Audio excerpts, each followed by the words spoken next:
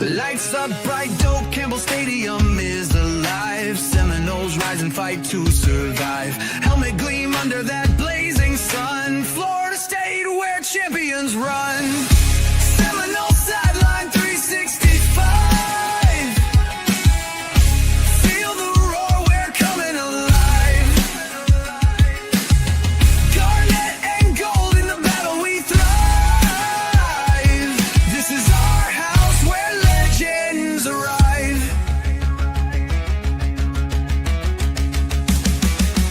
Turf torn up under Seminole feet. The war chant pounds to the heart's own beat. Chop through the noise like a storm in the sky. 2025, we reach for the high.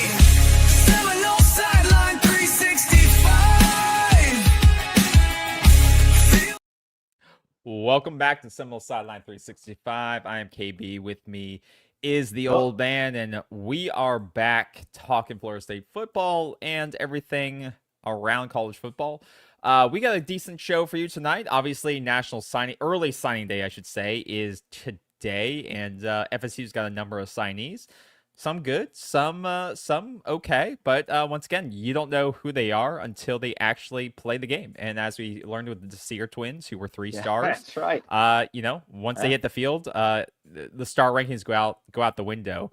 So yeah, we won't really learn who these kids are until they get the opportunity to shine on the field and see what the coaches do with them. So that is the exciting part of today, and this is also why we don't really put a lot of stock into recruiting until they actually get signed, because you don't know who's going to commit, until they actually do commit and sign the paper. But now that these kids are a part of the program, we welcome them, and we get excited about the future of what these kids could potentially bring for us. So we'll go through that. We'll talk about where this class is ranked, what that could mean, and who are these kids you may be excited about. We'll also talk about who's entering the portal. Obviously, the portal is getting this is the exciting time for the portal as we approach January, and in that time period where it starts to open, and who we can look at when we can start signing people and start rebuilding this roster, obviously, because we're going to be losing a lot, and with no bowl game, that rebuilding evaluation period starts right now, and it probably has started weeks ago, if we're being honest with ourselves. And then we'll talk about the latest news, college football playoff a little bit. We'll talk about Lane Kiffin, his signing, how you feel about that, and the latest news that's coming out that apparently Alford was working behind the scenes to get Kiffin signed with Florida State, and how much stock you put into that. But that is late breaking news that has come out Which today. is irrelevant. And let's talk about it. Let's talk about it, since this is broke. That it recently broke on Twitter. And I'll bring it up right now. Up front? Can I say something, and then you can bust and run? Okay, I'm not busting and running. No, you can. Yeah, our guy Mike Merrick, number one in the queue, and he got there because I've been saying 7:40. You wanted to get started a little bit earlier here, okay? Yeah. Which is cool. People need to adapt, like defense and offense. They need to adapt. But Mike should be hired by Florida State's SIL, Sports Information Office. He's so positive. Look, he's got Mike. Mike's putting in the work. I mean, Mike Merrick. I don't know if Mike Merrick's in sales or he's in marketing or brand imaging. Mike, you're the man. You are the man. You bring the positive vibes, okay? I hope it pays off, but you don't change. I'll give you that, man. I'll give you that. Consistent, good to see you, Mike. Good. He's consistent, and I give him credit for that, because a lot of fans and a lot of people out there are wishy-washy. So I give him that. He's backed Mike. Well, you want to be, he's consistent. He doesn't change from side to side like a flip, a fish flopping around, and so on and so on. The other thing before we get off and kick the ball off here is, when we were saying, okay, we lose to Florida, that's the end. We're getting no bowl game. Not true. Didn't I send you a message on that about? I know they're going to take 2 or 3 teams that did not win 6 games to fill out the field, right? Based on APR, State, based on your APR ranking. Yeah. And Florida State has a very high, and that's like an academics rating, right? Which was piss poor when he inherited it, so you do give him credit for that. So they're like number 3 now in that. So There is don't be surprised if one day we break news, or not break news, we come on saying that Florida State is in a bowl game. You know what they were trying to do? They were trying to match Florida State now against USF in Gasparilla in Tampa. And why would they do that? Two Florida schools. They would bring all the surrounding people in. They'd get pretty good attendance for something like that. And what do we know? It's about money and viewership. So don't be totally surprised if that happens. Because how many bowl games are there? 50? Who knows? And sometimes they run out of teams to make matchups. Well, that's the thing. There's usually 1 or 2 5 and 7 teams that make it, and so there's 2 teams above Florida State in the APR ranking. So it's a long shot, but Florida State technically could still get selected. Now the next question I saw people talking about, because I scanned the media, everybody knows that. They're saying, should Florida State take that, even though they didn't really truly qualify with the 6 wins? Should they take that? Yes, I'm going to let you answer that first. Money, yes. It's all about money. Yes, you have to money and practice time, right? Yes, absolutely. And now, will you have players opt out? Most likely. But there's a lot of players on this team that need more tape, and there's a lot of players, especially the seniors. Now, a guy like Deuce Robinson, like Deuce Robinson could opt out. I mean, he has 1,100 yards.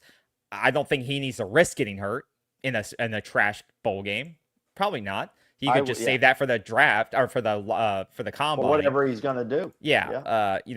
But there's a lot of players on this team that need more tape, need to get seen, whether they're going portal or trying to get to the next level. So a bowl game benefits most people in the scenario. And the university. Yes, and the money, 100%. So if they get the opportunity, they should absolutely take it. There's no reason it's not like they're flying to Hawaii and you have to have a big travel budget and all this other shit. And also early on enrollees, if they're early enrollees, sometimes they get to be with the team, but that's only usually if it's sometimes if it's January bowl they get to. If it's December, they probably can't because they don't get to enroll yet. So, but there's no downsides in my eyes. No downsides in my eyes if that's the case. But the story I wanted to talk and I agree with you. Yeah. The story, though, that was breaking this evening was that Mark Shalba of ESPN stated. So once again, this is an ESPN guy. This isn't Logan saying this, but this is ESPN stating this, that Florida State and Alford was taking a stealth approach and trying to poach Lane Kiffin from the grasp of LSU in Florida. And that they're trying to woo him behind the scenes and trying to grab him. Now, many people are saying, well, they couldn't afford to buy buy out Mike Norvell, so how could they even try to get Lane Kiffin at the money number he got from LSU? I agree with that. But this tells me why they waited so long to even why they didn't go after Franklin. It does align, because we said if you're going to spend the money to buy Mike Norvell out, you have to go big and you have to get the right fit, the big fish. You can't afford to go after the guy at Tulane or go after the guy at USF or go after, you can't make a lateral move or a risky move with the G5 coach. Mm-hmm. You have to land the big fish, which was Lane Kiffin. Lane Kiffin was the only big fish, followed directly by James Franklin. And that's why I sort of believe this story that in some case, Alford was trying to figure out if he could find a way to get Lane Kiffin to commit to Florida State and make it work. Now, we know Lane Kiffin, he likes to play games, and with Jimmy Sexton, they were probably playing back and forth games and drawing this out. And then they lost the sweepstakes on James Franklin, who then early committed to Virginia Tech as soon as he got his settlement from Penn State. Right. You lost out on that. And then he drew it out even more, and eventually Florida State made the statement that, hey, we're sticking with Norvell when they realized they weren't going to win the bidding war for this guy, and they had to make a statement either way before signing day. So I do think they were. I believe they're capitulating, and they were trying to make a move stealthily, because remember, early November, whenever it was, they did make a statement. Remember, they released that statement in early November saying, we will evaluate Mike Norvell at the end of the season. And that told me that doesn't mean he's safe, but it means that they're going to give it more time and that they could be talking to other people. Well, we kind of talked about that. Yeah. And so I thought they were, and we did talk about that they could be talking to people behind the scenes trying to set up a transition. And I think, and that's why it makes me think they were talking with Jimmy Sexton and Lane Kiffin. But knowing Lane Kiffin, there was games played.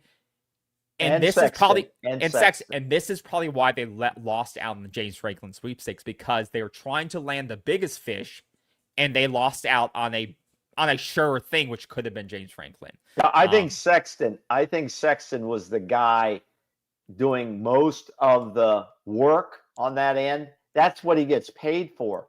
And as you and I, as we said, and I was wrong. I was right on some, and I was wrong on the other piece. I didn't think Norvell would be the face in 2026, but I did tell you, and I believe I told the viewers, I said, we're in touch behind the scenes with somebody, right? I didn't know it would be Lane Kiffin. I'm not saying, I thought it would be like Franklin or somebody, but I think we were right on with that, KB. I think we kind of pinpointed that.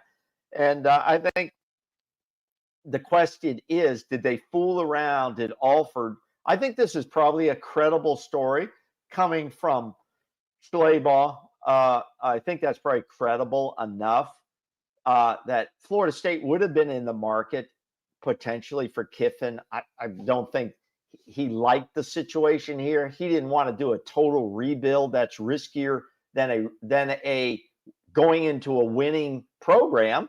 I mean, Brian Kelly, they were winning. They weren't winning enough. It's easier to go into a not winning enough.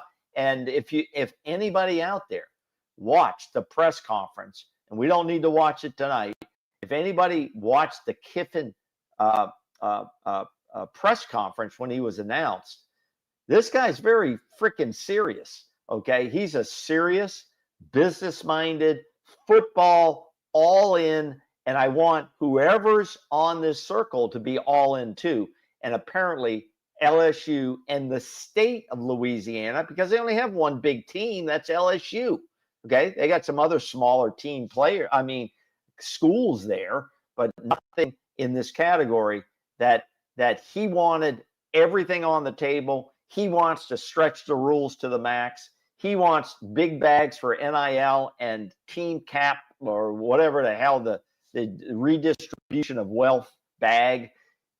And I think it's going to be very interesting to watch how this shit turns out over the next 2 or 3 years. And it's going to be because, again, and they said that the AD and the president who introduced him said, basically, we're expecting championships. We're not here just to win. We can get coaches to come in here and win games. We want SEC playoff and national championships. That's where we're going. That is their standard. That's the minimum standard. And if that's not achieved, he'll go too.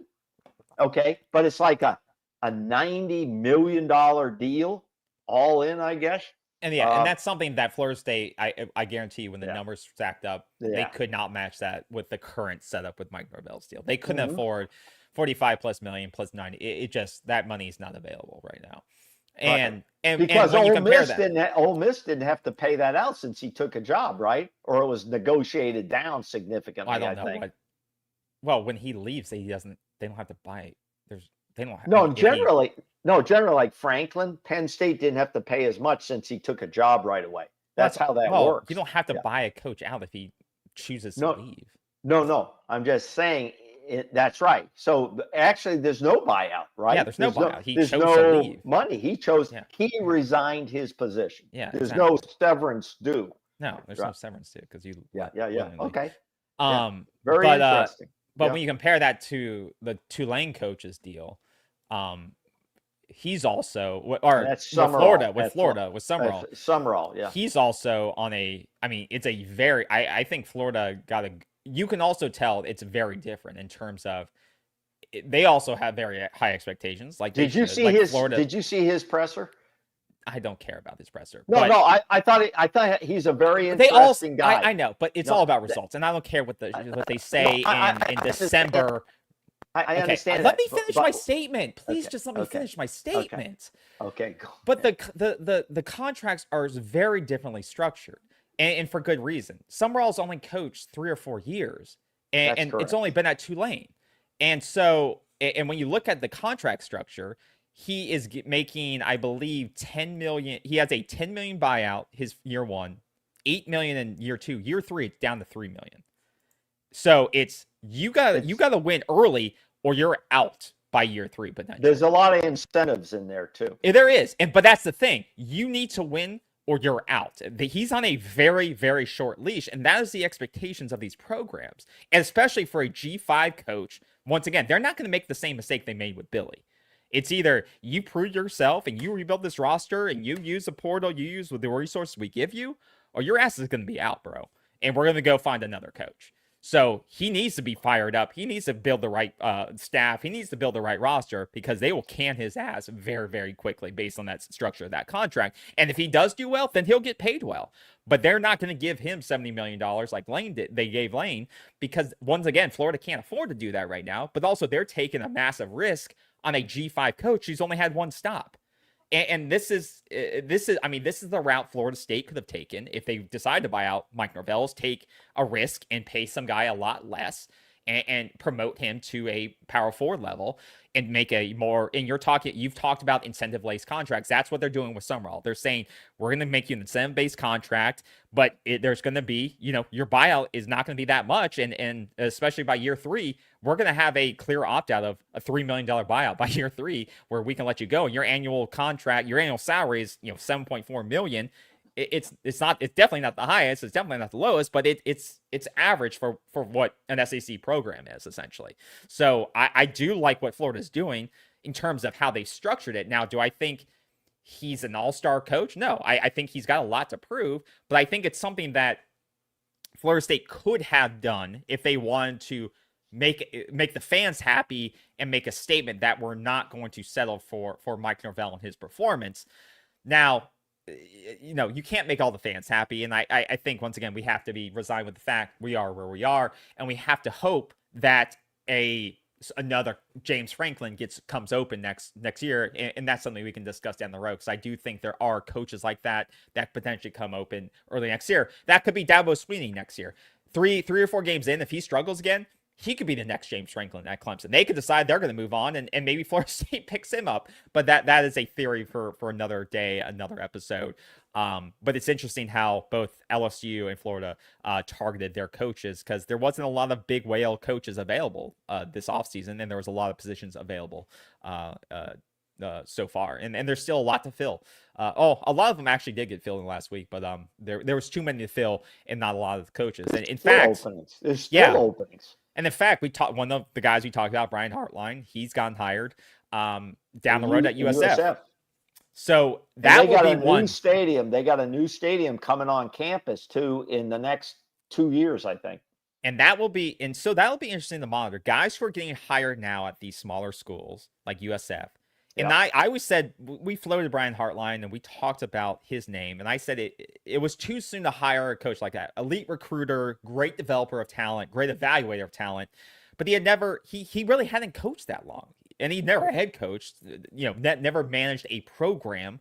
But this is his opportunity. If he knocks it out of the park at USF and does it for a year, that could be on Florida State's radar. 2 years down the road, maybe a year down the road. If they go out 9-0 next year, and Mike Norvell continues to shit the bed, that would be an easy transition. If he recruits the state of Florida really well next year and shows progress at USF, that could be an easy transition for. Well, that's why if this bowl game thing comes open, Florida State takes it and they match USF and Florida State, even without Hartline as the coach yet, they have an interim, and Florida State goes into Tampa and shits the bed, so to speak. It could lay right into Hartline's lap, because USF right now is a stepping stone program. They want to move away from that brand. They want to move to a more national brand. Yeah, but they're going to have to do a lot more than just they're going to have to move conferences. They still got a lot They're of in a ways to bad go. conference. They're in a bad conference. But they'll be interesting because a lot of these guys that have moving to schools in the AAC and the Big 12s and stuff like that, who are coordinators going to coaches, those will be on the radar now for Florida State, and those are they could be there for a year and they could be looking to move up. So those are the guys Florida State fans need to look at to say who is going to be our radar for next year and the year after that could make the leap. It's not going to be Lane Kiffin. It's not going to be those types of guys. Those guys are locked in for 3 or 4 years, obviously, but those are the guys we need to look at these G5 positions who are new. I like the guy at Duke, honestly. I thought, or JMU. I like that guy because that guy, he's a got program hired, builder. right? I know, but that's a guy who continue to watch because that guy has been successful from Division 3 to FCS to all the way through. That's and he's like the guy at Indiana who did the same thing. Every level he was at, he built it, and he is successful. That's what I like. That's what I like. And so I will continue to follow that. Now the JMU coach, Chesney, I believe is his name. I think it's a risk going all the way out to the West Coast where I don't think you necessarily UCLA. have He's UCLA. going to UCLA. Yeah, I think that's a risky recruiting move for him to move all the way out to the West Coast. Yeah. I thought Penn State should have grabbed him up quickly. I don't know what the hell they're doing. I mean, their recruiting class, if you look at that, has imploded. I mean, they are. Yeah, it was like 3 people. You think Florida State? You think Florida State's in the bad position, guys? Look at Penn State's. They were 138th. They had 4 recruits in their recruiting class as of this morning. It doesn't make any sense. But it's unsettled. That shows you when you have an unsettled situation. Why are you going to commit to? You're going to buy a house that has a possible sinkhole, forming under it. You're not going to do that. It doesn't make any sense. It makes no sense. So right now, looking at it, they have 2. Yeah, no, they have 2 recruits. This is updated. They're 18th in the Big Ten. They have 2 recruits right now signed. 2 recruits signed. I'm sure that a lot of squawking going on their channels right now. I mean, so they fired James Franklin, a guy who was giving them 9-10 wins a season. Right. Right. And they fired him for what? I mean, that's the thing. And that's not the situation in Florida State, obviously. But I think, once again, if you couldn't land the guy you wanted, you retained him, you kept a top 15 class at least, at minimum. Well, they may, Penn State may end up having to just promote someone internally. You know what I mean? They should have done that already. They should have done that already, right? I agree. No, I agree.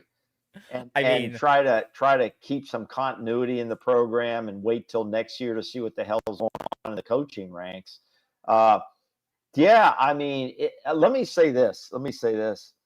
I think we're starting to see the front end, the very front end of new structuring of coaching contracts, because I think right now it is so massively overblown, not overblown, but so blown up with inflation that it has to stop somewhere.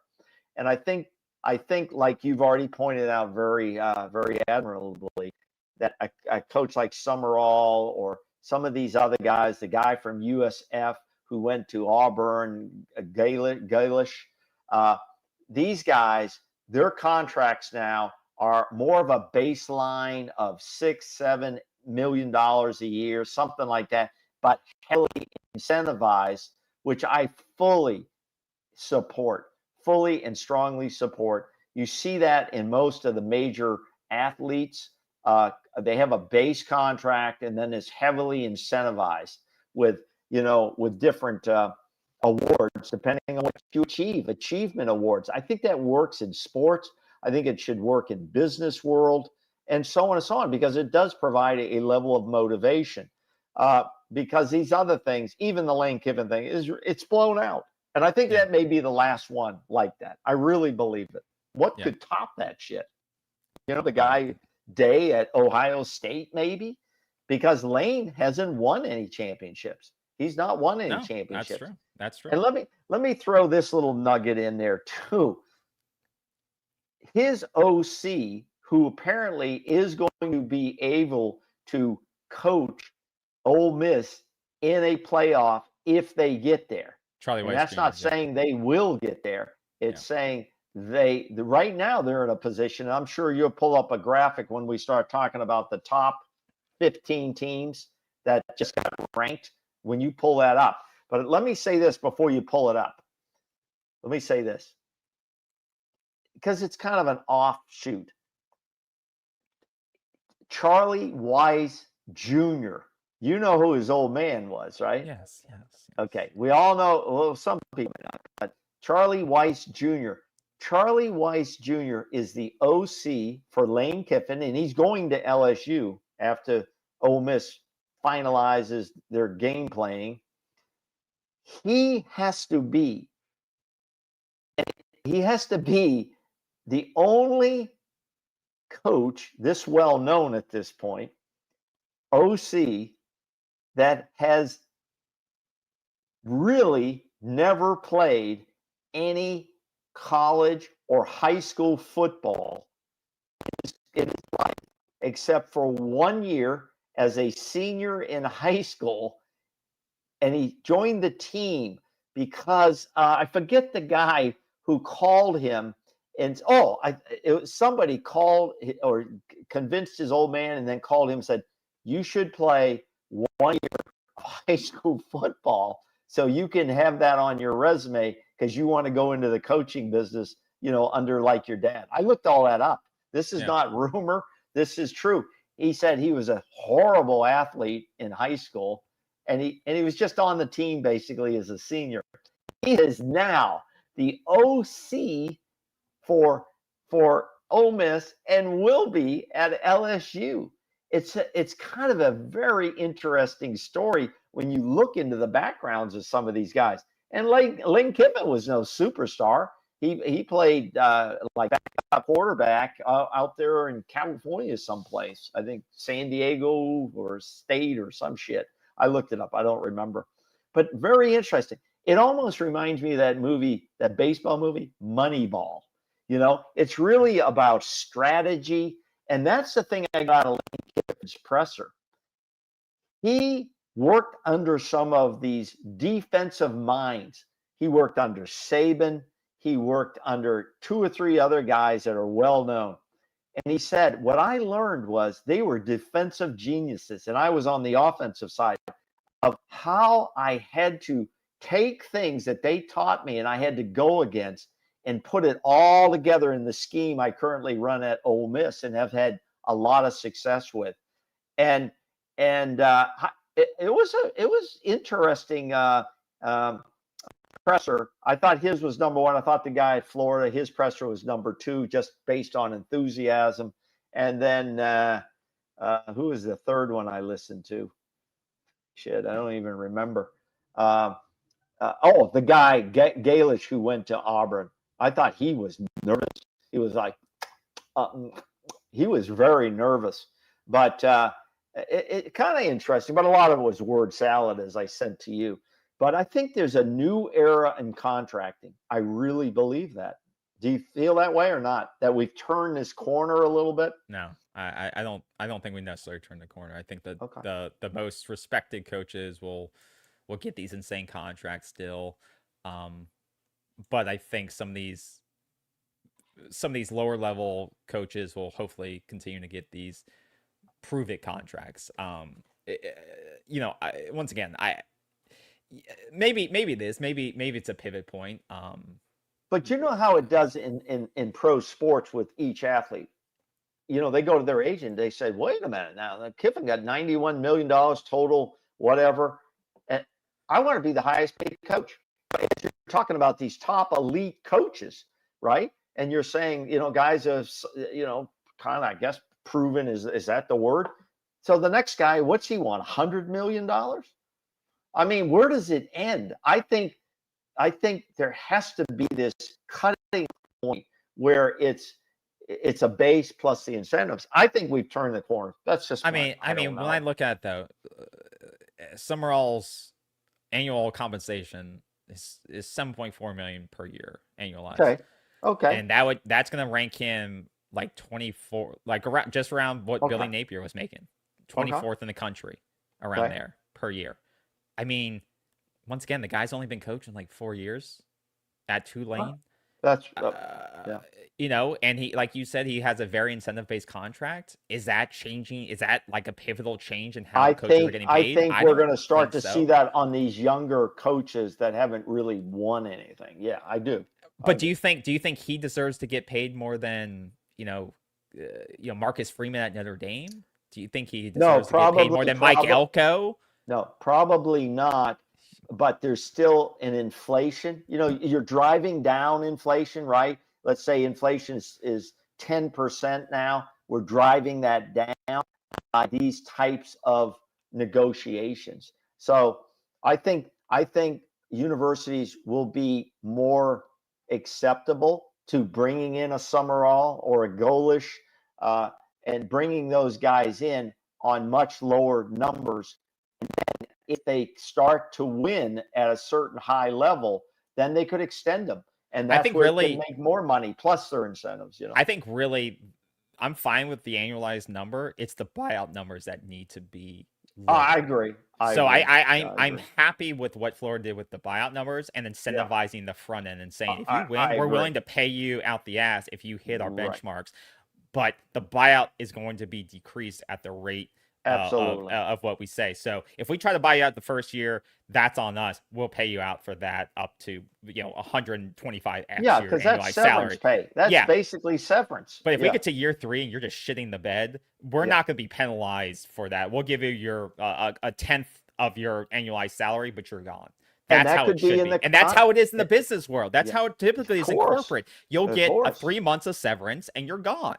And And you're that's how gone. it should be in college football. You shouldn't be rewarded Right. for shitting the bed, and that's what college coaches are today. They make more money failing than they get succeeding. That's how most of these It's a good coaches point. get their retirement is losing. Oh, And that's not how it should be. They should it's be gross. they It's should be making gross. bank by making the playoffs, by winning conference titles, by winning Right. 10 games. And that should Yeah. be 10 games, whether it's in the Big 12, the Big 10, the ACC, the AAC, whatever it is. Wherever it is. Those schools should be incentivizing them to win big, whether it be in whatever conference it is, but when not for failing. And that's what these coaches should be realizing. They work hard, they win games, they recruit big. That's what they should be rewarded to on. do And those that- schools should give them the resources to do that. But they shouldn't be rewarded for failing big. That's what needs to change. And if they do fail, then you give them 3 months or what the equivalent 10% of their annualized contract, and they're gone, and they can go reset somewhere else. They can go be a coordinator. They to can go do that. To do that, certain universities in mass have to start making that move in that direction. And I want to feel we're trying to drive down the inflation, and we're going to see some of that, but it may take a while. But I totally agree with you. Now let me ask, or you wait out the market, or you just Or say you we're wait it making a out. stand and say we're Right. willing to lose out on certain coaches, but this is the only way we can balance our budget and afford to invest in other places within our program. So we may lose out on Brian Hartline, or we may lose out on Lane Kiffin, but this is how we're going to structure it to be both fair to us and fair to the coach to incentivize winning. And some coaches will understand that, some coaches won't. But we know if we structure it this way, then we can invest more in NIL. We can invest more in facilities because we'll have the money. We won't be wasting the money on a $50 million buyout on our next coach. Yeah, there's a lot of truth to that, because it's probably better to spend your money on facilities and players than it is gross amounts of money on coaching. And some coaches will understand that. And the real coaches will understand that. Because they'll want that. I don't give a shit how good a coach you are. You've got to bring elite talent in. And I know you and I have discussed this. All I'm going to say is those are the key buzzwords I've been hearing most of the week. I agree with you. And what's his name? Lane Kiffin said it in the presser. He goes, I've got to have the resources to bring in, and that's all we're going to do. We're going to bring in elite talent to this program. That's all we want. We don't want guys that we're going to just say, well, you're going to be on the scout team, or we're going to bring in the elite talent, but we need the money. And he's basically said that, he was all business, man. It was all freaking business. And I said, man, this guy's freaking serious. And he's under pressure to produce. But he goes, the whole state's behind me. They're going to give me everything I need, and they're going to put out some big money. So it's going to be very, very interesting in the SEC. But this is another reason, and I'll just say it, we're not talking about it tonight, that if FSU does not exit the ACC, they're going to fall behind the numbers and the cash, and then they're going to have big problems. Yeah. So let me, on top of that, I just want to ask you this.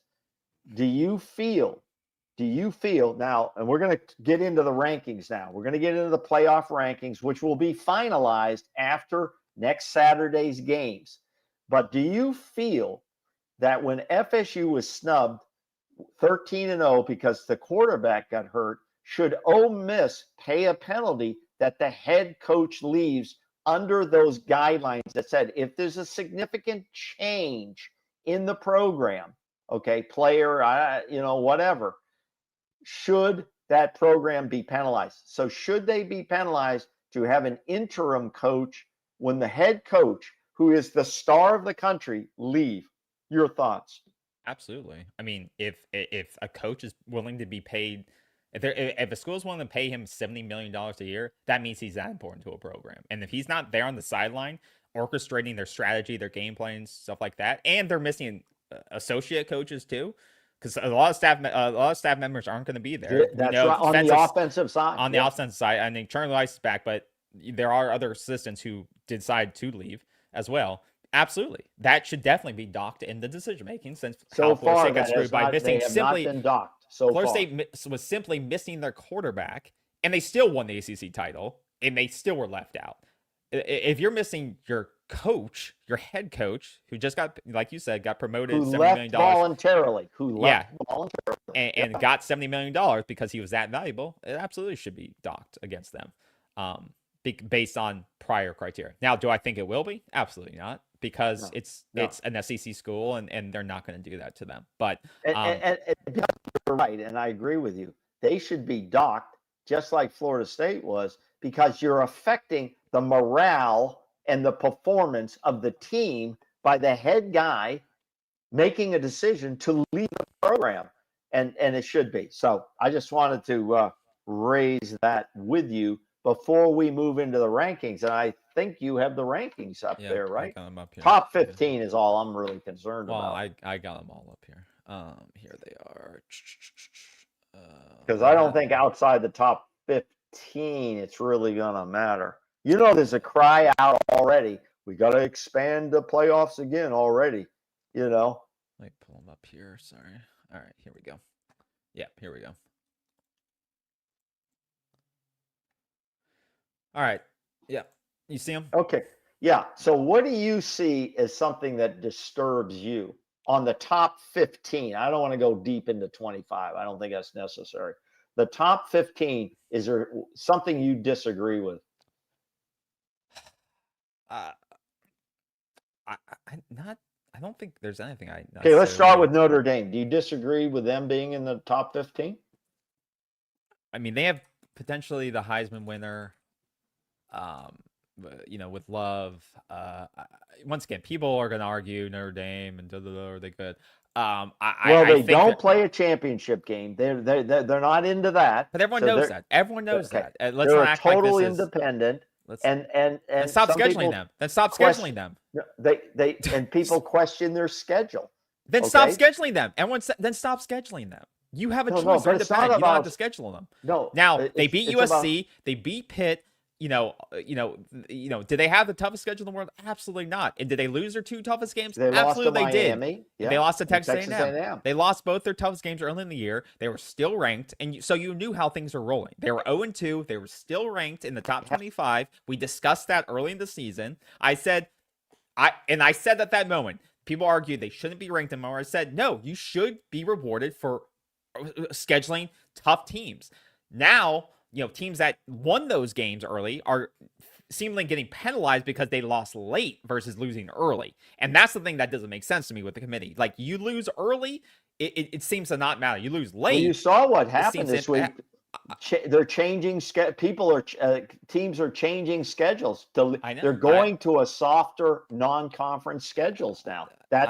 That's the strategy that they're doing. I agree. Alabama just did that. So now, do I think Notre Dame is a good team? Yes, I do think they're a good team. Now, do I think they necessarily should be number 10? No, I would put BYU, Miami, and Texas in front of them. Absolutely.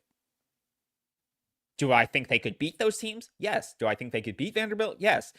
Do I think they should be in the top 10? Absolutely. I could change their number next to their team, though. Absolutely. I could change the number. But I do think they should be in the top 15. Okay, that's fine. I would change the number 2. I agree with you on that. The big game coming up on Saturday, I don't know the time. I think it's at Ohio State. Indiana plays Ohio State, or is it at Indiana? Oh yeah, the game day is not going to, because once again they have to go to every SEC game. They're not going to the one versus two. To this 1 versus. No. Are you shitting me? No.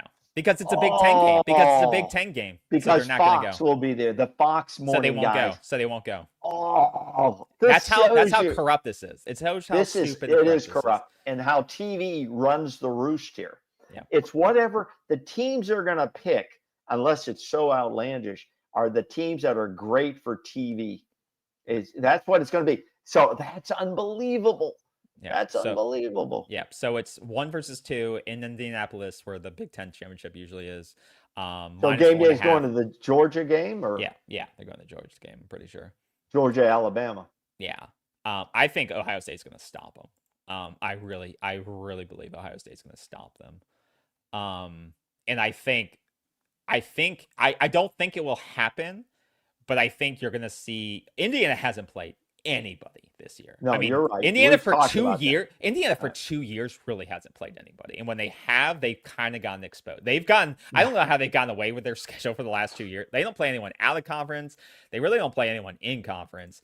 But they've gotten very, very lucky with their schedule. But to their credit, they win the games when they're on their schedule. They win what's there. They win what's on their schedule. And they stomp the shit out of people. They do. Right? And they have. I mean, they had some close. Like they only beat Penn State this year by 3.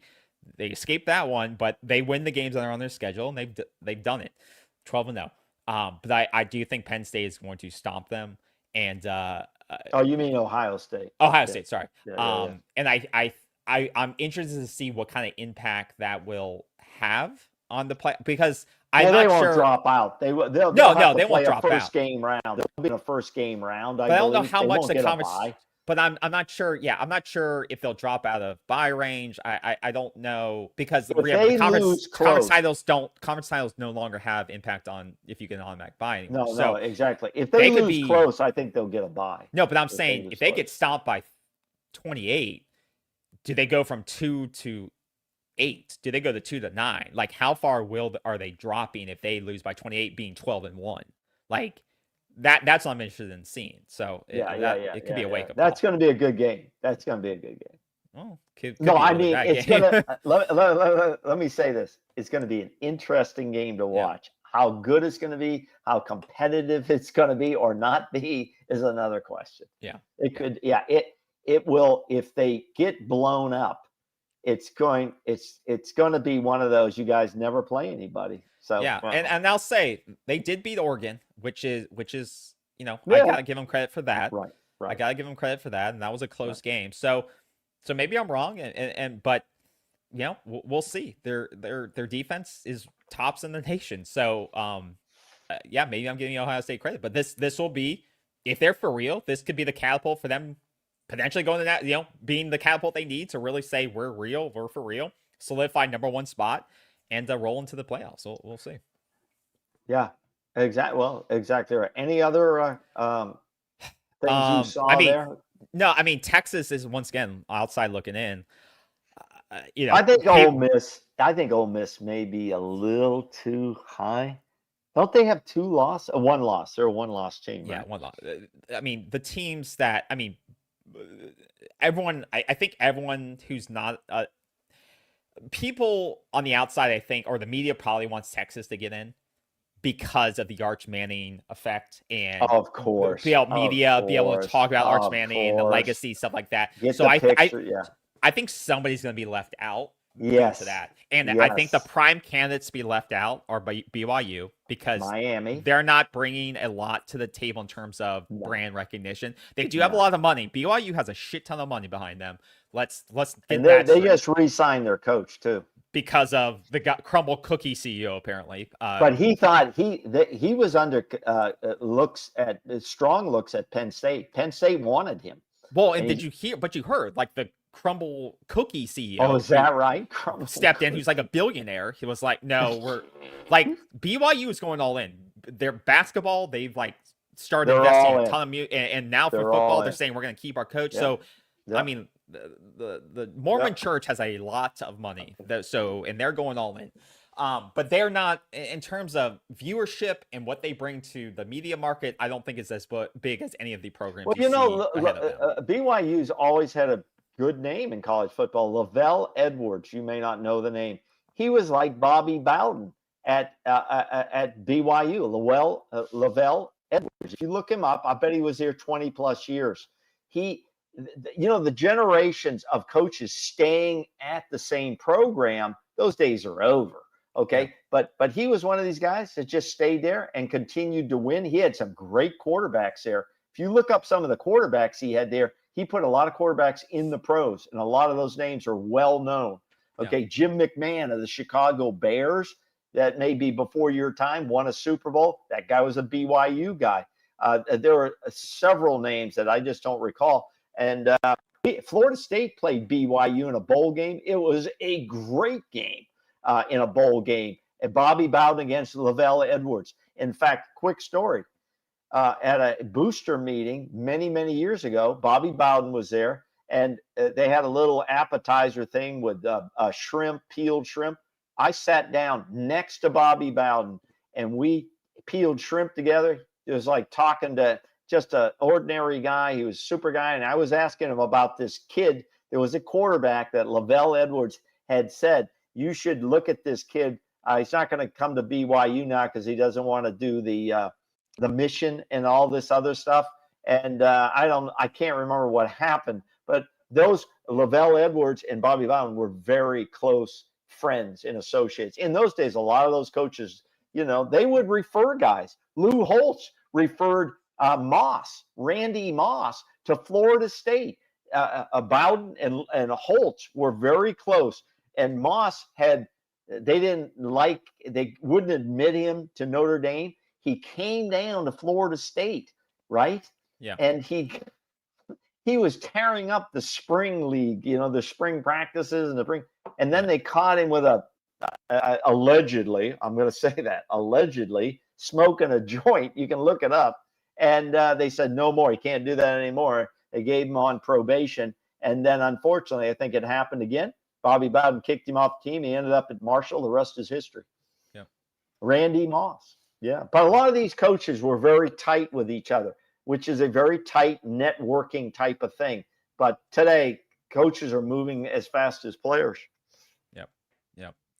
Yeah. So it'll be interesting. And we got to remember, 5 highest ranked conference champions receive automatic bids, but that doesn't necessarily mean it's from the ACC. Does that mean in general? Is it possible? I heard a guy talking. Is it possible the ACC champion, let's say Duke wins? If Duke wins, they may not get into the playoffs.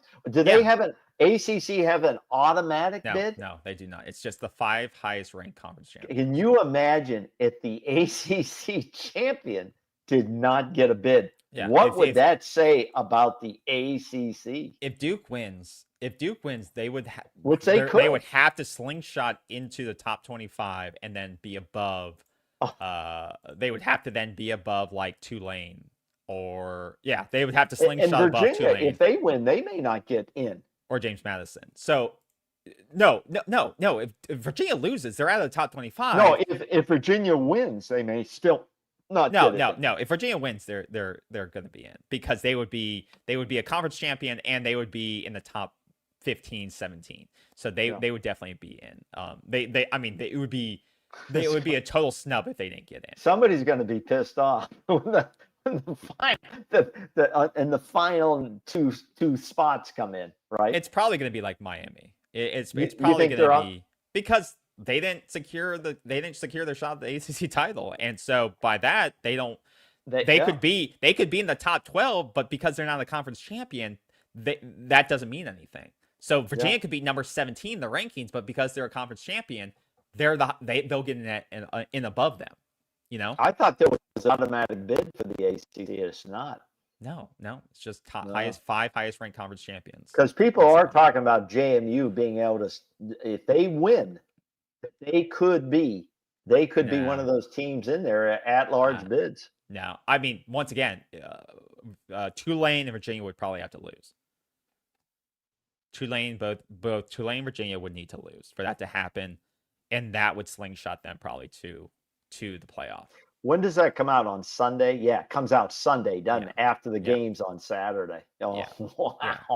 So JMU needs a lot of stuff to happen in front of them. So they need, but the issue for James Madison is that North Texas is 24, and if they win, then they will go higher. So James Madison has a very, very tough road. They would need to win. And once again, for these teams that are looking for conference at large bids or are kind of on the bubble, they need to blow teams out.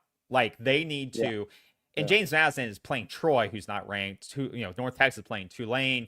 These teams have to show out. These smaller teams need to show out a little bit and make a statement against these teams that they're playing and say, hey, we're a top team. We need to slingshot in those playoff rankings or need to show something to the committee. So there is some style points here that need to be shown off in these games. Who do you see as the surprise Sunday night? Who do you see what do you see as the surprise that's going to happen on Saturday in a win? And then on Sunday, we're going to be surprised and say, "Oh my Lord!" I don't know. I think an ACC team's going to get screwed, whether it's Virginia or Miami or the sad thing is I do believe that there'll probably only be one ACC team in the field. That's my feeling right now. I think they'll probably just be. Yeah, I don't think it'll be more than one. Yeah, I think they'll honor whoever comes out of the ACC. I think they're going to give it one. They're not going to give two. They're not going to do that. No. There's no way. No way. That's are you surprised that Manny Diaz hasn't gotten any other offers that we're aware of? No, I mean Duke was decent, but they didn't finish very well, so it doesn't really surprise me that much. Okay. I mean, Duke. Well, he's not. That's not the most fertile recruiting ground, and it seems like he's done a decent job there. They didn't have a super tough schedule in terms of ACC. They're 7-5. They're 7-5, and like you said, didn't play a great schedule. Lost all their ranked games. Won the games they needed to win though to be to make the ACC title, but they played a very soft schedule. Lost the games. Lost the big games on their schedule, but won the games that mattered. And are now in the position to win the ACC. So, I mean, you could say year one he did a good job, but I can see why he's not like a hot commodity. Like once again, he's not a coach. We had talked about like he was early on the radar potentially for Florida State because he was high in the ACC in terms of standings. But then, like I said, they lost 2 of their last 4, 3 of their last 6. He's not a coach that should come to Florida State. Listen, if we brought in an average coach on not so big cash liquid contract, they should be able to win 7 games at Florida State. Come on. My concern, and then we're going to switch this to signing day and your opinions of what happened there. My concern is this, I put out something on X earlier this week that Florida State still ranks very high in viewership. Okay, I put out a thing on X. I shared that, and we talked about that. In viewership in the most recent Nielsen listings, they were above. They were above Notre Dame. Well, in this poll, I don't think they were top 10, but they were above Notre Dame. They were above Michigan, which I found astounding. Number 1 in the ACC, I believe. I'm sure it's it's definitely number 1 in the ACC. They were ahead of Miami. They were right neck and neck with Florida, of the SEC.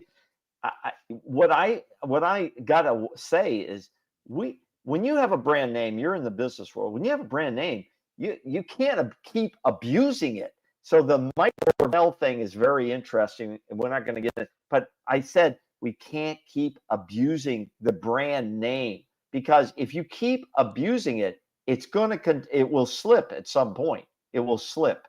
And so I don't know. I meant that we need to find improvement somehow, somewhere moving forward. But okay, let's move to signing day and any thoughts you have there. We don't pay, as you've said, we don't pay a lot of attention to recruiting high school guys, especially in verbal commitments. That Okay, we find yeah. that as a waste of time. And now that signing, this is the early signing period, and we've got some names on the board. I think we came out ranked like 15th. Is that Yeah, correct? number 2 in was the it? ACC. I think top 15 class Okay. overall. Which So you would think that is a positive thing, number but we 14. have no idea. And let me say this, most of the guys who show up here will not, and I've said this in other years, will not have a significant impact on what happens in 2026. Your Yeah, I mean thoughts? that's like most. I mean, most guys aren't getting a bunch of impact pressure unless they're 5 stars, stuff like that. And yeah, I mean, yeah, I think.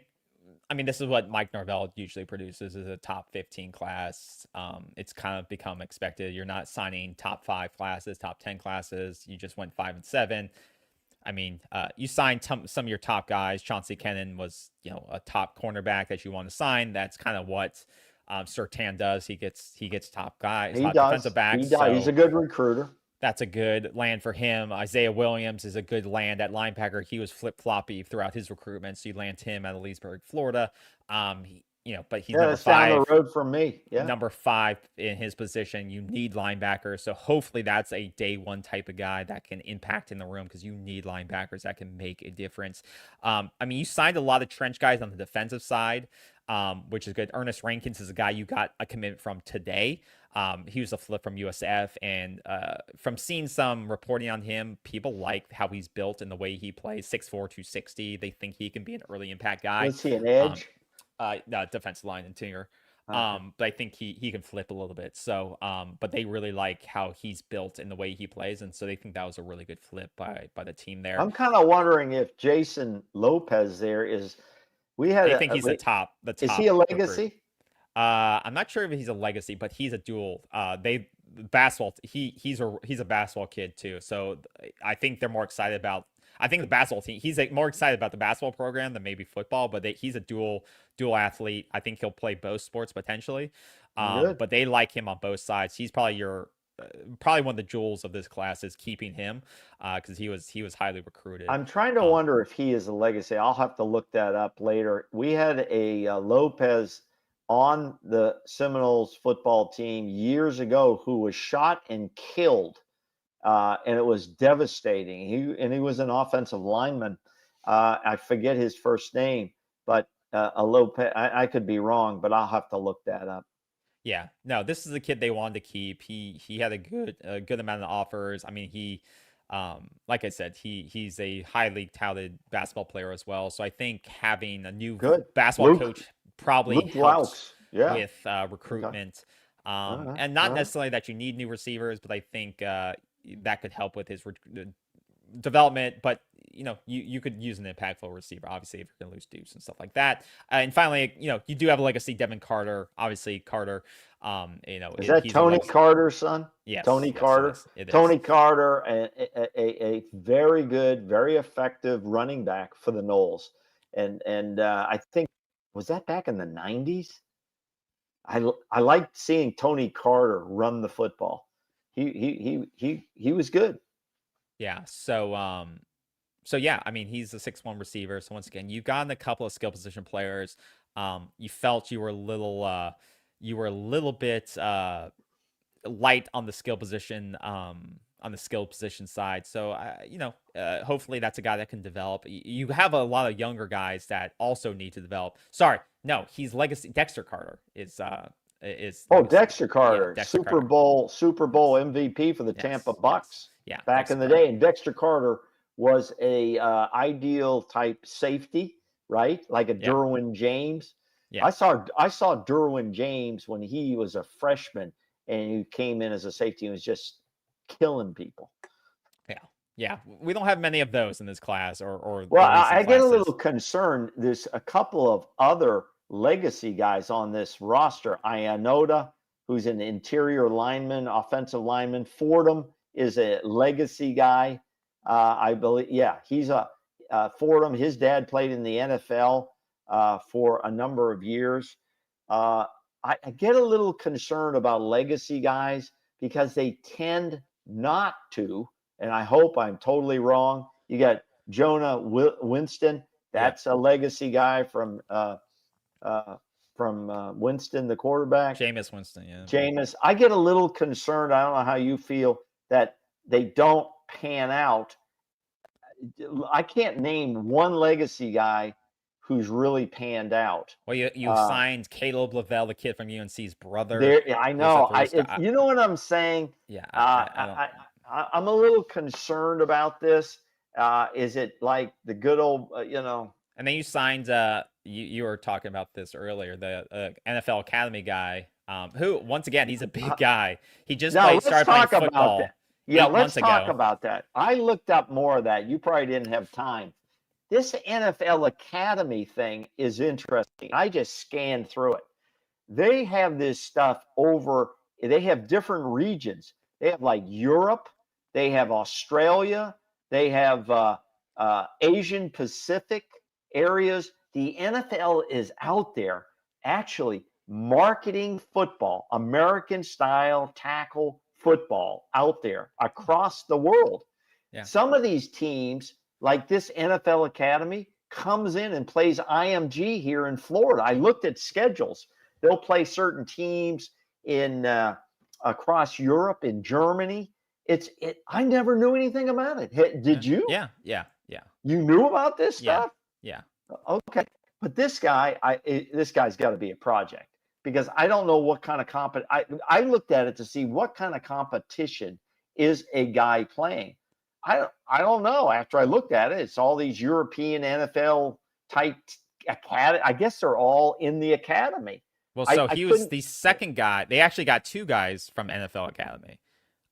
They also got a guy who's from England, Luke Francis, as well. So they signed two guys. This kid, Luke Francis, is another offensive lineman, who they got recruited through the NFL Academy as well. He's 6'4", 335. Now, where did he finish? In Coral Gables, or did he finish overseas? I don't get this structure. He's originally from England. But then I think he started playing his senior season in Coral Gables. So he's played at least a senior season in the States. But he was discovered once again, NFL Academy. Yeah, it looks to discover and bring football to places where they don't normally play it. So do you think the NFL then, or the NFL Academy, if a guy's discovered, then they can place him in a school in the States for better competition? Yeah. That's their goal, right? To develop football players for the NFL. Absolutely. Maybe. Right? Absolutely. So I found it very interesting. And I'll finish with this point. And I follow baseball a lot. I've played a lot of baseball. I didn't know, the MLB, each team basically has, quote, an academy down in Central America. That's where all the great players come from. And that's where all the great players come from. Yeah, exactly. They identify these kids when they're 10, 12 years old. They put them in these academies, and you wonder, where do they get all these guys from different places? Dominican Republic and Dominicans and everything. A lot of them don't go to the college route. No. Some do. Yeah, but a lot of them go right into the minor leagues after they get to the age requirement from these academies. It's similar to soccer overseas in Europe. Very interesting. Yeah, it's very, very interesting and getting more complicated all the time. So it's interesting that Florida State did take this route with two offensive linemen. I mean, they obviously haven't had luck with high school linemen, so might as well go overseas and try. At this point, try something new. And look at how many high school guys we're getting for college basketball. Florida State, one of their young guys, a freshman, Basson, he's from Paris, France. So, and they've got a couple other guys, and a lot of teams have a lot of foreign players. So you're starting to see, and not that basketball's been played over in Europe forever. There's a lot of leagues over there, a lot of college guys who don't make the NBA. They play over there. That's what Luke Laux did. He played in the, over there. He never played in the NBA. Yeah. Yeah. Yeah. Very So interesting. I mean, yeah, the class in total, like I said, Yeah. it's not a star-studded class, but once again, we're happy to have these kids. Hopefully, the goal is for you to find the next Daryl Desir, the next Nandrell, the next, Yeah. maybe find a couple of these studs that can contribute right away, especially in the positions of need. Hopefully, Isaiah Williams can come in, be a linebacking, star, stud, or impactful at least. He can come into the rotations. Hopefully, Chauncey Kennan can bring something to that room on the defensive backside. Hopefully, Ernest Rankin can contribute like Mandrell and Desir did as a freshman. That's what you're hoping. 3 or 4, a handful of these kids can do something their freshman year. I'm not expecting the offensive linemen to do anything. That's tough. These guys need adjustments. These guys need to develop. But hopefully, some of these guys can be diamonds in the rough or be able to contribute, especially the early running backs. I don't think there's many running backs. I know there was 1 or 2. Is that Thomas? Thomas. Yeah. I can't read it right there. Yeah. And then Jaden O'Neal was the only quarterback. They only signed 1 quarterback, which is smart. I don't think they needed to, because Jaden O'Neal, he's been stuck with them, I think, for 3 or 4 months plus. Kid out of Oklahoma, he, ranked 5th in the state. A more traditional quarterback. He's 6'2", 214. Not a huge mobile quarterback. So he's not necessarily a Gus Malzahn type of guy. Is that the guy they wanted? Was that their number 1 quarterback on their board? Or he hasn't signed yet, right? No, he has signed. Okay.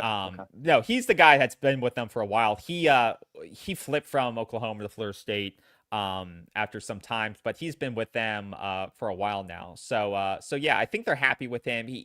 They had another quarterback in mind, months and months back. Like I said, I track this on the periphery, but I think they're happy with this. I don't think they expect him to come in and be Kevin Sperry year 1. No, he's more developmental, I think, in their eyes. Right. I think Kevin Sperry is someone I think will compete next year. I would be very surprised if Brock Glenn is here next year.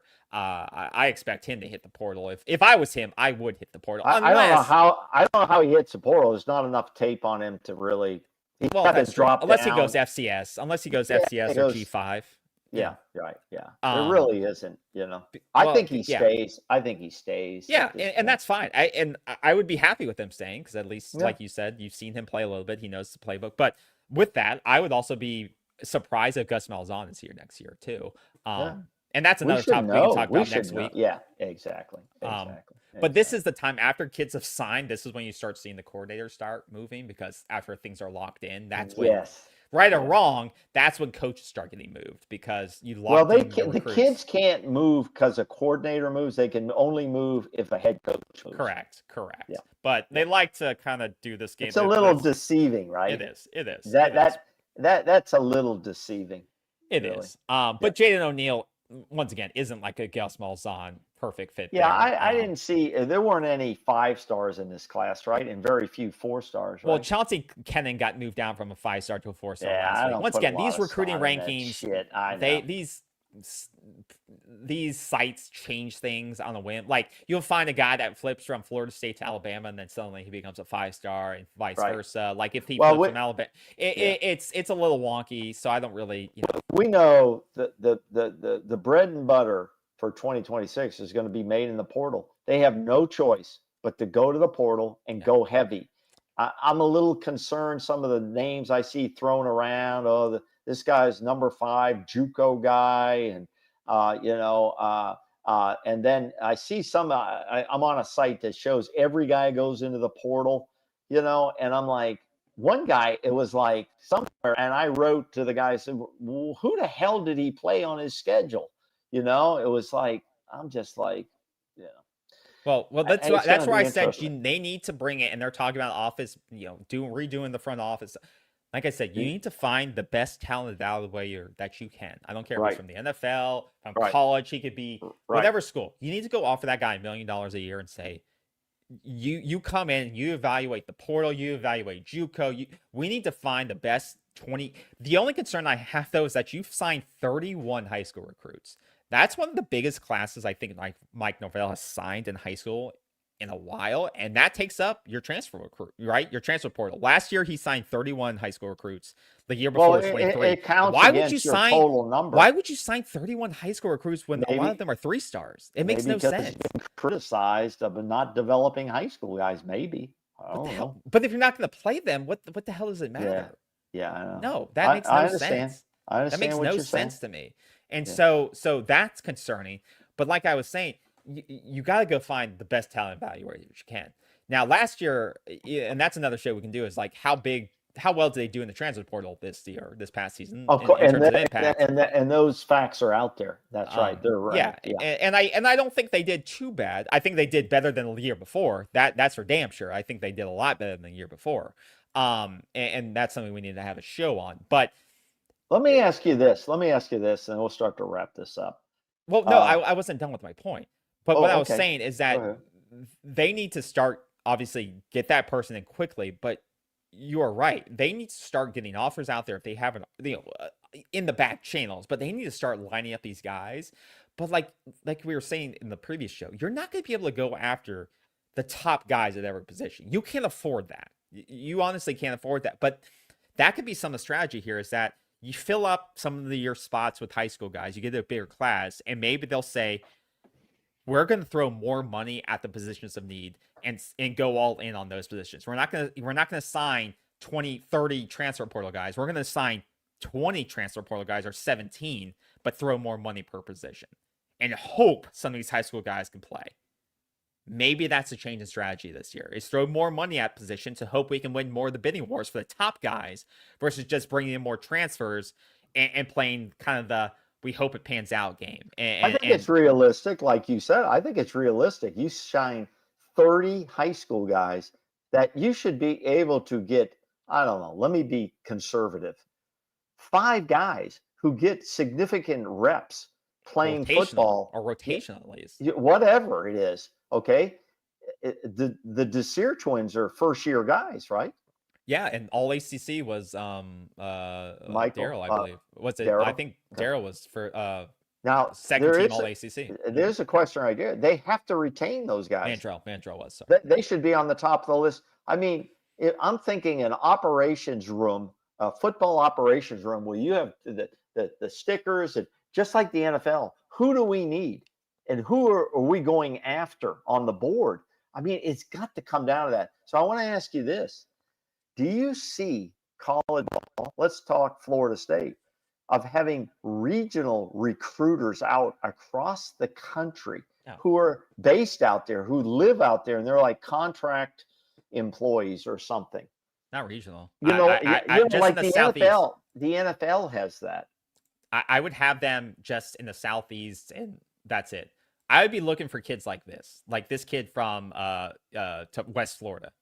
I would already be talking to this kid in the back. I don't know. This kid, he had his issues. I understand that. Who has he played? It doesn't matter. This kid was committed to Florida, and he had an issue where he said the N-word in a rap video, and that's why he went to Division II. This guy's throwing for like 3,000 yards. You saw what Ole Miss did with the D2 quarterback. These kids can play. They can play at any level. But they need to find guys like this who have messed up, or they're gems, diamonds in the rough at these schools, the kids that can play, that have the talent, and they have the foundational talent to play, and offer these kids and go after these kids, because this kid will probably get a lot of offers just because he made a mistake. He messed up in the past, but now he's 2 years past that, and he has multiple years. So he's going to get offers, but they need to find kids like this that want to move up, to come in and compete. Exactly. And they need to offer these types of kids versus going to the kids at Ole Miss, the starters at Ole Miss, and the starters at Clemson, and the kids that are already going to have the offers or expecting the money. Are you saying go after these as your number one priority and not go after the $1 million quarterback? Yes. And go after the kid like this, the UConn offensive tackle that hasn't given up a sack all year. Like, these are the guys. Yeah, he's played good competition, though. Yeah. He's played good competition. These are the guys I want us to go after. And this guy is probably going to, once again, he's going to get some offer. He may not get an offer from, like I said, Alabama. He'll get offers from NC State, stuff like that. These are the guys that we need to Well, identify. I would offer this kid from UConn. They play good competition under What? Jim Mora, the head coach. He just left. You know, 100%. we went after Rizzi. I mean, Rizzi Yes, was at Harvard. Okay, exactly. Which this kid's played better competition than Rizzi did. Rizzi's a smart guy. Don't get me wrong. I think he was a valuable contributor this year with Otto. But yeah, they need to get depth because they have to rebuild that entire offensive line. The exactly. whole So I thing. think we need to go after kids that are still hungry, that haven't hit the top of the food chain in terms of schools. These are guys that are still fighting to showcase agree. what they have. Like with Pettibon, he was at Wake Forest, he was a captain, but he still wanted to show what he had to give at the highest level, and he played well. And so those are the guys that are still hungry, still wanting to showcase what they have, still want to be all conference guy. Like those are the guys we need to find, whether they're at FCS or they're at FBS. Well, we've had success there. We've had success. But like you say, it will come down to the newly formulated, whatever that's going to be, newly formulated talent acquisition. Talent acquisition. And I think that should be a fairly large office. And I think they should divide it up by regions. And I think if necessary, you could contract certain people that understand football and acquisition talent in areas. So you're not always having to get on a freaking jet and fly across the country for the initial assessment stages, right? Why I believe that should happen. It saves you money. You've got a guy in, let's say, Southern California. You got a guy in Northern California. They live there, okay? They may be ex-players. They could be ex-scouts. You know, the NFL has scouts everywhere, and so on. And you can't be jumping on airplanes all the time. You know how much money costs to fly from Tallahassee to California? That money you could pay a guy who's living out there to scout certain talent you're interested from. So from a football operations standpoint, that's what you do. I worked in an organization that we had people based all over the country. So when we had something we needed done, we would ship it out to them. If we had something we needed done in Chicago, had a guy in Chicago, had 2 or 3 guys in Chicago. But that's what the NFL does. They have regional recruiters. Baseball does the same thing. Basketball, I imagine the same thing. Okay. Yeah. There's only so much time. There's only so much money. And that would be very interesting to go to a pro style recruiting and scouting service in-house. Okay. Because we're talking long run here. We're not talking just 2026. They need to do something, and they need to do it fast because these kids are becoming available, and they need to start making those connections, and they will get scooped up. And you need to to do it in a budget you don't have unlimited budget either, unlike it feels like some of these schools have, because we're playing within the budget. Some schools seem to be playing outside the budget, so you need to do it efficiently, and you have, like you said, a lot of holes to fill. You know what Coach JB said? When I went into one school, they wanted me to coach. I walked into the locker room and the girls' volleyball team was working out in there in the weight room. He goes, "I'm not doing that here." I'm out. He was trying to make the point that these facilities now, once you get good facilities, Florida State has good facilities. Standalone. When you hear the word standalone football, that means no one else comes in there. No one comes in there. Baseball players don't come in there to work out. All the other sports, it's only for football. He said there's certain elite universities, let's say maybe in Ohio State, maybe Alabama, they have more than they have workout rooms that the players can get to that are closer than other ones. They may have 3 major weightlifting facilities that they can get into. You know, I mean, but once you top out on your facilities, then it's about payment. It's about payment. How much can you pay, and so on. However, the word seems to be from all the coaches, and maybe you've said this too, kids sign for the coach. Kids eventually sign because of the head coach or their position coach. Those 2 guys. That's who they sign for, and who can develop me to the next level. That becomes more important than just the money. Absolutely. So yeah, Got a lot to unpack, and like I said, things are just heating up with recruiting and the transfer portal opening next month, and Right. things like that. But things, once again, everyone to think about is why. What is the reason that Mike Norvell signed his biggest high school class, and that will be something to watch. And I think the something to watch is who they target in the transfer portal. Does he decide we're going to go all in on big fish this year? I'm going to spend a lot more money on less people, or does he go the route I said to go after and really try to find over evaluate these guys at smaller schools who are hungry, who have production, that you can win the bidding wars and secure the right fit, but they may not be the biggest names. But I think by signing that huge class, his biggest class, I mean, he signed 20 non-blue chip recruits this year, which is double last year. Like I said, 32 recruits this year in high school. And we may not be done. Yeah. It's crazy, but that is eating up your potential transfers. It'll be interesting to see how that plays out in the way that they approach the transfer portal this year, and how they approach it budgetary. Do you see it as a strategy for an all-in youth movement? I don't know if you. I don't know. I don't know how you can afford to do that. If you're looking to, if he's saying we're gonna change things up, we're gonna go back to the standard. I don't know. I don't know. I really don't know what the strategy is. I don't think any of us know. Yeah. And so far, after the loss to Florida and supposedly there's going to be changes made, nothing I've seen, and I'm looking around, I haven't seen anything of significance about what changes are going to be made and when they're going to be made.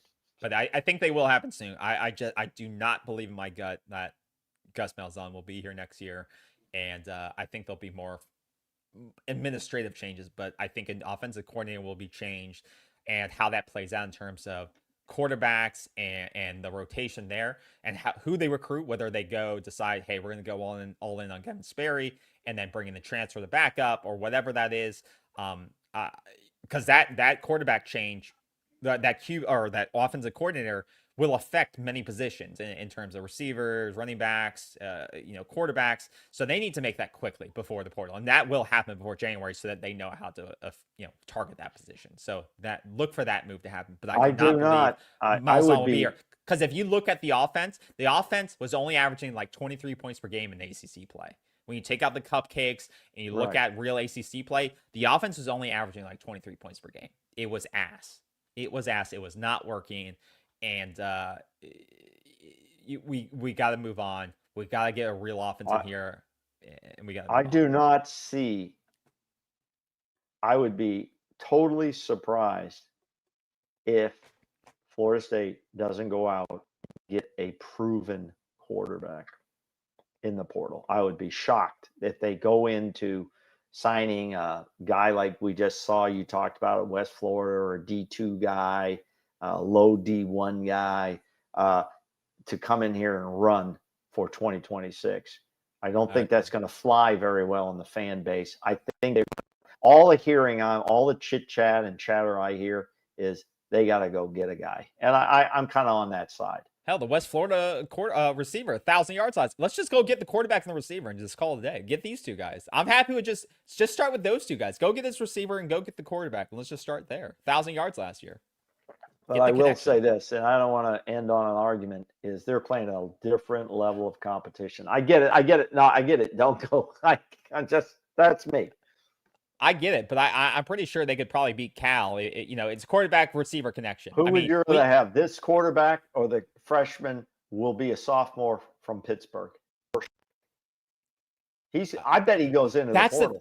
He's not going to sit. He's not going to sit at Pittsburgh without attempting to use the portal to see what's out there. That kid at Pittsburgh was playing high school competition before this year. Okay. This guy was playing college football, and that's the thing. Okay. To say that this guy can't come in and play against ACC competition, I think is wrong to say. And I'm not saying he can't. I just don't know. But wouldn't you make a play to go get Herschel? Hey, Henschel? I don't know how his season panned out. I haven't watched enough of him, so I'm not. He had a pretty good year. Good enough. But once again, we need to know who our offense. What's the offense we're running? So we need to determine. We don't even have an offensive line. Yeah. Well, once again, we need to know what kind of offense we're running. We need to know what kind of offense we're running. What kind of lineman do we need? I say you run an offense and a defense that looks more like the NFL. That's what I'm saying, because that's what the kids want to hear. It's like, and I'm not talking basketball, Luke Laux brought in NBA. He's saying, I'm bringing NBA mentality. We're going to run NBA type schemes. That's what he hopes will help him recruit. So why not do that at Florida State? Why are we screwing around with a 3-man defensive line? They don't play that shit. Play an NFL style defense. Play an NFL style offense. That's what we want. Go get those guys that play that type of stuff.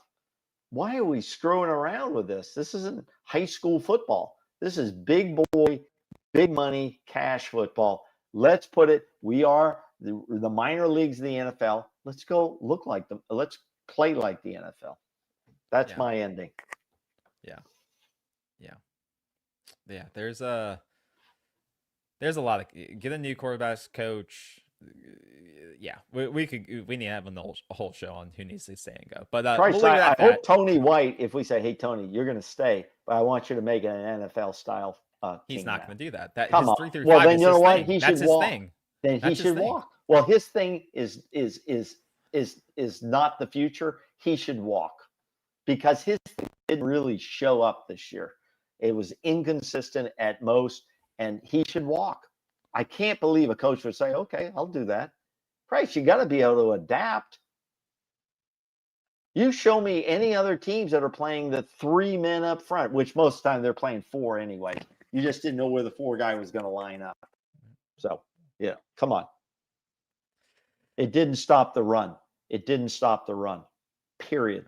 Guy put up 266 yards. A 3-18 put up running back, elite running back, 266 on your 3-man line. It's done. He needs to move on with it. All right. I'm done.